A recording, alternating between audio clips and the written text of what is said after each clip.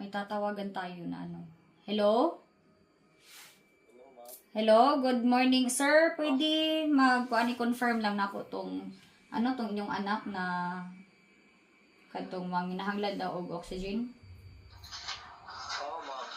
Taga San Luis. Ma'am, Pila edad din niya? Pila edad? Unsay sakit niya? cerebral palsy, ma'am. Oh, cerebral palsy mao lagi. Tapos pila edad niya?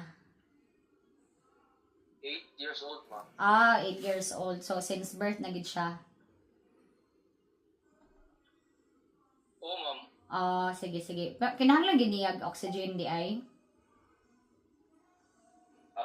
Kuan, ma'am, ang kanang oxygen, ma'am, in case sa pupog kanang naay kibali mag-seizure ka, ma'am.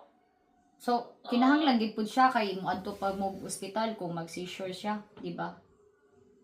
Oo. Okay, mo matoy gingon sa iyahang mama sa ako na kuan daw kinahanglan niya og oxygen. Kailangan niya og kaugalingon na oxygen. Oo, ma'am. Pero ga diaper gihapon siya.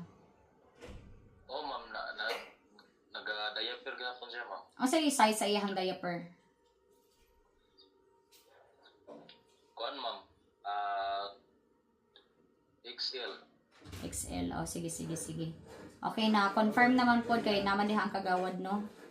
Si Edgar. Okay, sige. Salamat. Salamat sa ma'am. Isa pa.